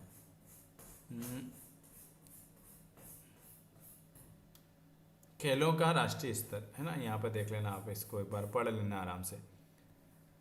चलिए, खेलों पर नकारात्मक प्रभाव है, खेलों पर नकारात्मक प्रभाव है आपसी गुटबंदी, गुटबाजी में ही काम बिगड़ रहे हैं। गद्यांश के अनुसार राष्ट्र की, सॉरी थोड़ा सा वो कट गया है, 70 नंबर का। गद्यांश के अनुसार राष्ट्र की, गद्यांश के अनुसार राष्ट्र की उपलब्धियों में नहीं है, क्या नहीं है? 70 नंबर का बताइए क्या नहीं है? वेरी गुड, सी, खेल नहीं है। खेलों में निर्भर राष्ट्र भी हमसे, खेलों में निर्भर राष्ट्र भी हमसे आगे निकल गया, क्योंकि वहां पर क्या है 71, क्योंकि वहां पर आपके दोषपूर्ण नीतियां। कामयाबी के रचनाकार कौन हैं? कामयाबी के रचनाकार कौन हैं? तो जयशंकर प्रसाद कामयाबी के रचनाकार हैं, जयशंकर प्रसाद। गोदान किसका उपन्यास है? ये 71 तक हो चुका है, ठीक है, ये 71 तक, ये देखो 67 से 71। अब आपसे पूछा है कामयाबी के रचनाकार कौन है? वेरी वेरी गुड, 72 का बता दिया, बिल्कुल। गोदान किसका उपन्यास है? 73 नंबर का, बी वाला, प्रेमचंद्र का। बीजक किसकी रचनाएं? बीजक किसकी रचनाएं भाई? 74। कबीर की अंधेरी नगरी नाटक के रचयिता, अंधेरी नगरी नाटक के रचयिता भारतेंदु हरिश्चंद्र। ये देखो, अब मैंने आपको कहाँ से क्वेश्चन शुरू करे थे, ये देख लेते हैं कितने क्वेश्चन हो चुके हैं। 39, 39 से 75, 39 और 49, 59 और 69, 69 70 को तो बहुत है जो 37 क्वेश्चन हो चुके हैं, बिल्कुल। अब आपको 37 में से बताना है कि आपके कितने क्वेश्चन सही हुए हैं और आपको वीडियो कैसा लगा। अगर आपको वीडियो पसंद आता है तो आपको लाइक करना है, चैनल को सब्सक्राइब करना है, और अगर हमसे जुड़ना चाहते हैं तो आप इस नंबर पर ज़रूर मैसेज कर देना है कि सर हमें भी आपकी फ्री क्लास में जुड़ना है। और अगर आपको ये नोट्स चाहिए 2006 से 2020 तक तो वो भी अवेलेबल है PDF फाइल में, तो आप मुझसे संपर्क कर सकते हो। आप सभी का वीडियो देखने के लिए धन्यवाद। आप चैनल को जरूर सब्सक्राइब करें, क्योंकि आपके लिए जितनी मेहनत कर रहे हैं उतनी कम है। चलिए, धन्यवाद है आप सभी का वीडियो देखने के लिए। स्वागत है आप सभी का। और आज मैं हिंदी का मॉक टेस्ट नंबर फिर 6 नंबर का मॉक टेस्ट लेकर आ चुका हूँ। आपकी डेली क्लास हो रही है जिसमें 20 से 30 क्वेश्चन डेली हो रहे हैं, ठीक है। तो जो नया है चैनल को सब्सक्राइब कर लेना। आप हिंदी के लिए किसी की भी तैयारी कर रहे हो, वो पटवारी हो,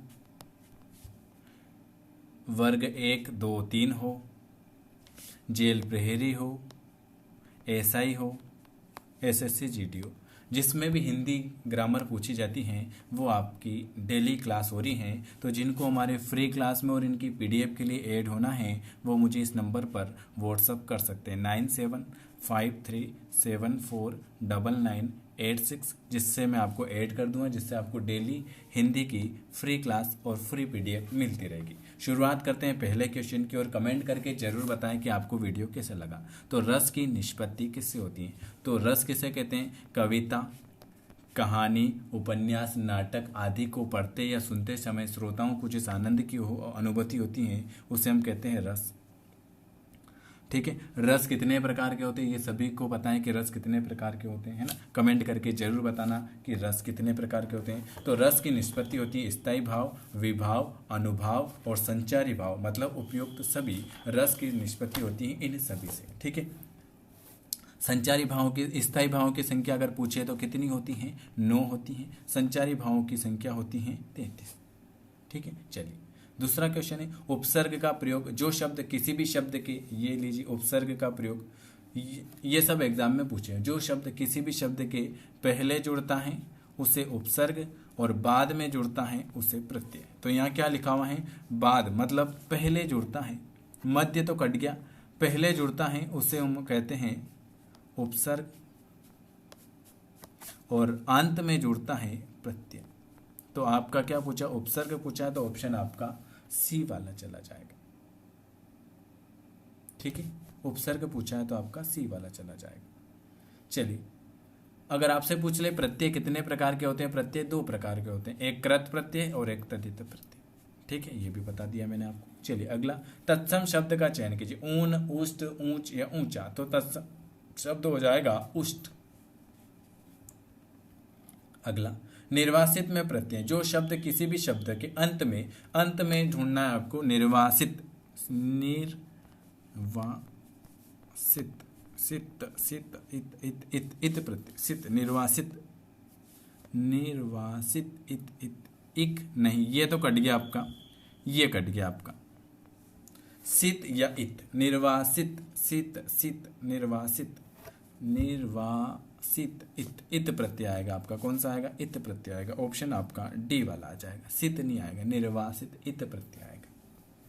चलिए अगला क्वेश्चन, हिंदी वर्णमाला में आपको बता रखा है कि हिंदी वर्णमाला में अयोगवाह वर्ण कौन से हैं? तो आप सभी को पता है कि अयोग्यवाक किसे कहते हैं, तो जो न तो पूरी तरह से स्वर में आते हैं और न पूरी तरह से व्यंजन में आते हैं, उन्हें हम क्या कहते हैं, उन्हें हम कहते हैं अयोग्यवाक। और अयोग्यवाक की संख्या कितनी है, तो आप सभी को पता है कि अयोग्यवाक की संख्या जो हो जाएगी वो 2 हो जाएगी। कितनी हो जाएगी, अयोग्यवाक की संख्या जो होती हैं वो 2 होती हैं। कौन कौन से, अम और अह, ये होते हैं आपके अयोग्यवाक। इन्हें अयोग्यवाक क्यों कहते हैं, ये न तो पूरी तरह स्वर में आएंगे न पूरी तरह व्यंजन में आएंगे, इसलिए इन्हें हम कहेंगे अयोग्यवाक। अगर आपसे पूछ ले कि हिंदी वर्णमाला में स्वर की संख्या कितनी है, तो आपको बताना है स्वर जो होते हैं वो 11 होते हैं। और अगर आपसे पूछ ले कुल कितने हैं, तो कुल आपको बताना है 13 होते हैं। अ से लगाकर औ तक ये होते हैं आपके 11 स्वर और 2 अयोग्यवाक अम और अह।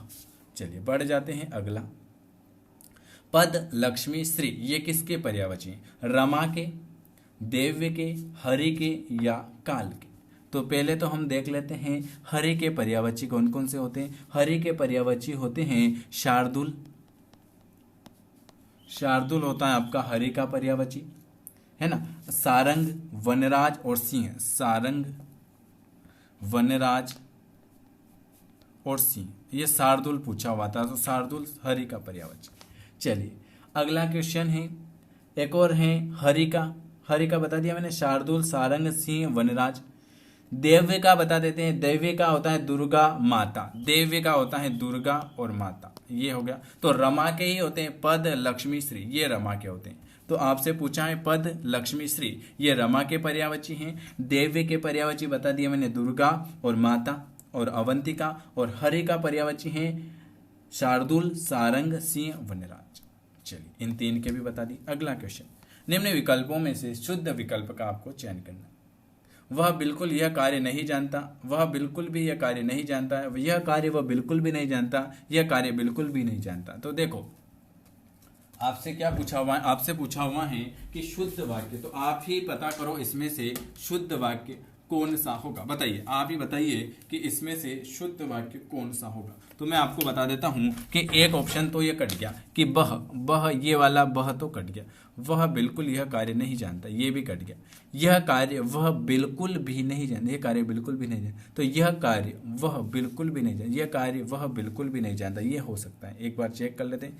यह कार्य वह कार्य, यह नहीं होता, वह बिल्कुल, अच्छा शुद्ध वाक्य, यह कार्य वह नहीं होता, यह कार्य नहीं होता है, यह कार्य नहीं होता है, वह बिल्कुल यह कार्य नहीं जानता। यह आ जाएगा ऑप्शन आपका ए वाला।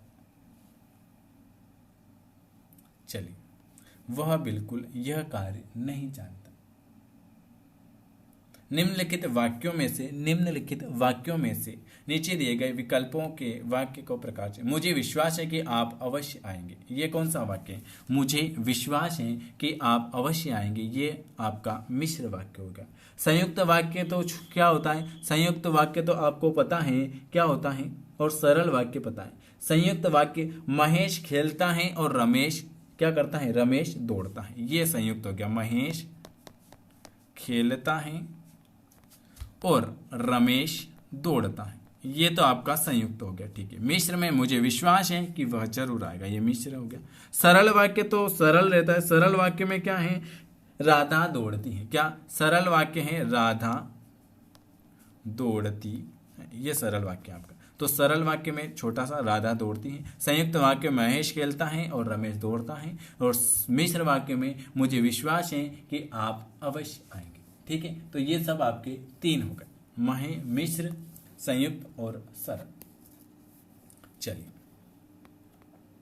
ऊष्मा का विलोम, ऊष्मा का बताइए, ऊष्मा का आपको विलोम बताना है। तो सबसे पहले तो आपको बताना है कि गर्मी किसका विलोम होता है, सर्दी का विलोम आपका गर्मी हो जाएगा। तो ऊष्मा का क्या होगा, वर्षा नहीं होता है, शीत या ताप, वर्षा तो होता नहीं, ऊष्मा का आ जाएगा आपका शीत, ऊष्मा का शीत। चलिए अगला, निम्न प्रश्नों के युग्म के सही अर्थ भेद का चयन करें। इति और इति, खत्म फसल, समाप्ति फसल की बाधा, रचना फसल या रचना समाप्ति। इति और इति, इति होता है समाप्ति, इति का अर्थ होता है समाप्ति, और इस इति का अर्थ होता है फसल की बाधा। चलिए अगला 11 नंबर, जिस संज्ञा में उस द्रव्य या पदार्थ का बोध होता है जिसे हम माप या तोल नहीं सकते हैं उसे आप क्या कहते हो? तो ये तो आप सभी को पता है, संज्ञा किसे कहते हैं ये भी आपको पता होना चाहिए। किसी व्यक्ति वस्तु स्थान के नाम को हम क्या कहते हैं? किसी व्यक्ति वस्तु और स्थान के नाम को हम कहते हैं संज्ञा कहते हैं। ठीक है, ये तो आप सभी को बताएं, किसी व्यक्ति वस्तु स्थान के नाम को संज्ञा कहते हैं। संज्ञा कितने प्रकार की होती है ये भी बताएं। संज्ञा आपकी होती हैं 3 प्रकार की, व्यक्तिवाचक संज्ञा, जातिवाचक संज्ञा और भाववाचक संज्ञा, ये 3 प्रकार की होती है। उसके बाद जातिवाचक में 2 होते हैं, समूह और द्रव्यवाद। ठीक है, अब यहां आपसे पूछा है कि जिन संज्ञा में उस द्रव्य या पदार्थ तो द्रव्यवाचक संज्ञा हो जाए। अच्छा एक मिनट, इसने क्या पूछा है? जिस संज्ञा में उस द्रव्य या पदार्थ का बोध होता है जिसे हम माप तोल नहीं सकते, गिन सकते हैं, द्रव्यवाचक संज्ञा कहलाएगी। ये द्रव्य के बारे में हम बात होगी। अब आपसे पूछा है जातिवाचक, तो जिसमें किसी भी व्यक्ति वस्तु की संपूर्ण जाति, जिसमें पूरी जाति का बोध होता है उसे हम जातिवाचक संज्ञा कहते हैं। जिसमें किसी एक व्यक्ति का बोध होता है विशेष नाम का, उसे व्यक्तिवाचक संज्ञा कहते हैं। जिसमें किसी भाव का बोध होता है उसे भाववाचक संज्ञा कहते हैं। ठीक है, जातिवाचक पूछे तो जिसमें पूरी जाति का बोध होता है उसे जातिवाचक संज्ञा, जिसमें किसी एक व्यक्ति का बोध होता है उसे व्यक्तिवाचक संज्ञा, जिसमें द्रव्य अथवा पदार्थ का बोध होता है द्रव्यवाचक संज्ञा, जिसमें किसी भाव का बोध होता है भाववाचक संज्ञा। चलिए अगला क्वेश्चन, जहां 2 सवर्ण मिलते हैं वहां कौन सी संधि है? सबसे पहले तो संधि किसे कहते हैं? 2 वर्णों के मेल से जो विकार उत्पन्न होता है उसे हम कहते हैं संधि। संधि कितने प्रकार की होती है? संधि आपकी 3 प्रकार की होती है, स्वर संधि, व्यंजन संधि, विसर्ग संधि। स्वर संधि के कितने भेद होते हैं? स्वर संधि के 5 भेद होते हैं, D, I, G, V, Y, A. दीर्घ, गुण, वृद्धि, यण, अयादि। दीर्घ, गुण, वृद्धि, यण, अयादि। यहाँ 2 सवर्ण अ प्लस अ, कहाँ अ प्लस अ, तो बड़ा आ, 2 वर्ण मिले, स्वर मिल रहे तो वहां दीर्घ स्वर संधि। तो ऑप्शन आपका डी वाला, सी वाला आ जाएगा, दीर्घ स्वर संधि। इसके अलावा आपको हिंदी के घर बैठे नोट्स अवेलेबल हैं जिसमें आपको सभी कुछ रहेगा, प्रैक्टिस सेट रहेंगे 30, शॉर्ट ट्रिक रहेगी। ठीक है, उसके बाद चैप्टर वाइज क्वेश्चन रहेंगे, चैप्टर वाइज थ्योरी रहेगी, पूरी आपके घर बैठे आपकी बुक आ जाएगी। इसका डेमो देखने के लिए आप मुझे व्हाट्सएप पर मैसेज कर सकते हैं या मेरे से पूछ सकते हैं। तो ये आपकी घर पहुंच सुविधा, आपकी बुक उपलब्ध है। आप किसी की भी तैयारी कर रहे हो, एसआई, पटवारी, वर्ग 1, 2, 3, एसएससी, जीडी, है ना, जेल प्रहरी, वन विभाग, जहां पर भी आपकी सामान्य हिंदी पूछी जाती है उन सब के लिए ये बहुत ही हेल्पफुल है। तो आप अगर नोट्स मंगाना चाहते हो तो भी हमसे संपर्क कर सकते हो, या आप वीडियो कोर्स लेना चाहते हो तो हिंदी का पूरा कंप्लीट वीडियो कोर्स है जो अभी मिल रहा है 299 में। 299 में आपको पूरा हिंदी का वीडियो कोर्स मिल रहा है। तो आप अगर वीडियो कोर्स लेना चाहते हैं तो भी आप हमसे पूछ सकते हैं। चलते हैं अगले क्वेश्चन। आप डेमो देखने के लिए इस नंबर पर व्हाट्सअप कर सकते हैं, हिंदी का वीडियो कोर्स प्लस नोट्स। ठीक है, या हमारे डेली जो क्लास हो रही है उसमें ऐड होने के लिए आप मुझे इस नंबर पर मैसेज कर सकते हैं। चलिए अगला क्वेश्चन लिखा हुआ है, निम्न में से समास का भेद नहीं। समास कितने प्रकार के होते हैं? समास 6 प्रकार के होते हैं। पहला होता है अवयवी भाव समाज, अभी लिख लेते हैं, अभी पता चल जाएगा इसमें कौन सा नहीं, अवयवी भाव समाज। दूसरा होता है आपका तत्पुरुष समास। तीसरा होता है आपका द्विगु समाज, द्वंद्व समाज, बहुब्रीहि समाज। ये पुनरुक्ति नहीं है। अवयवी भाव समाज, तत्पुरुष समाज, द्विगु, द्वंद्व, बहुब्रीहि, और होता है कर्मधारय समास, कर्मधारय। तो ये 6 होते हैं, 1, 2, 3, 4, 5, 6। तो इसमें पुनरुक्ति समास नहीं है। चलिए अगला क्वेश्चन, श्रृंगार रस के कितने भेद होते हैं? रस तो आप सभी को बता दिया। श्रृंगार रस का स्थायी भाव बता देते हैं। श्रृंगार रस का स्थायी भाव होता है रति। श्रृंगार रस का भेद होते हैं 2, कौन कौन से? एक तो वियोग श्रृंगार, वियोग कौन कौन सा होता है? एक तो वियोग श्रृंगार और एक होता है संयोग श्रृंगार। ये 2 होते हैं, संयोग और वियोग 2 होते हैं आपके श्रृंगार रस के भेद। चलिए अगला क्वेश्चन, अब आभास और अभ्यास। आभास और अभ्यास, तो दृश्य, परिश्रम, भ्रम, आदत, अनुभूति, कसरत या छाया प्रतिछाया। तो क्या होता है? भ्रम, आदत। आभास का होता है भ्रम और इस अभ्यास का होता है आदत। चलिए अगला, दुस्साहस उपसर्ग है।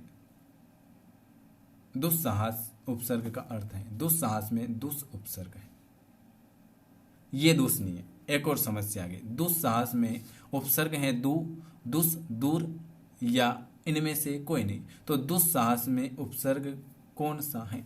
दूस हो जाएगा, दूस, ये वाला नहीं है। इनमें से कोई भी नहीं, इनमें से कोई भी एक, उक्त में से कोई भी एक। अच्छा,